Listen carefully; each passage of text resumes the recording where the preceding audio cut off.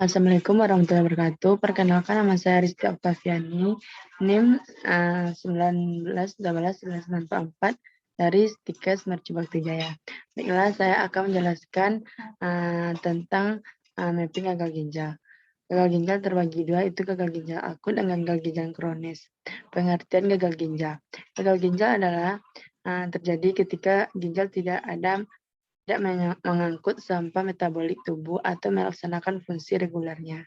Kemudian pemeriksaan penunjangnya seperti itu: tes darah, tes urin, EKG, osmolatitas serum, kemudian poligram, retrograd, kemudian ultrasonografi ginjal, kemudian endoskopi dan anteriogram ginjal. Kemudian diagnosanya itu hipervolemia berhubungan dengan kelebihan asupan cairan, kemudian perfusi perifer tidak efektif berhubungan dengan penurunan aliran arteri atau vena, kemudian gangguan eliminasi urin berhubungan dengan efek tindakan medis dan diagnostik, kemudian introtoleransi aktivitas berhubungan dengan kelemahan.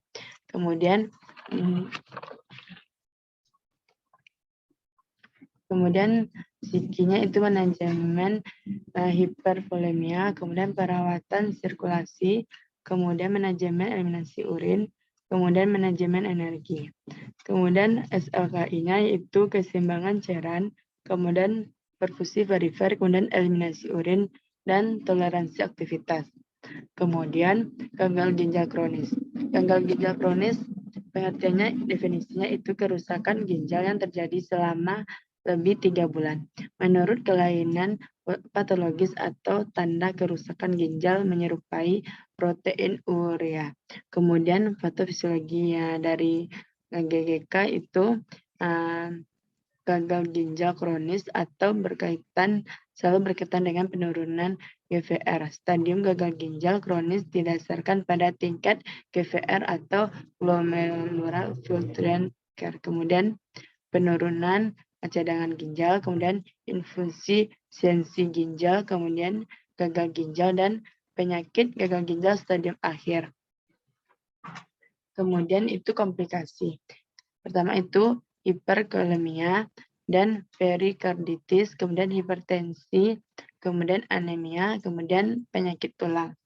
Kemudian etiologi dari gagal ginjal kronis yaitu glomerulonefritis kronis periferitis, kemudian hipertensi, kemudian obstruksi susukan kemih, kemudian lesi herediter, kemudian nefrosklerosis, kemudian stroma nefrotik, dan tumor ginjal.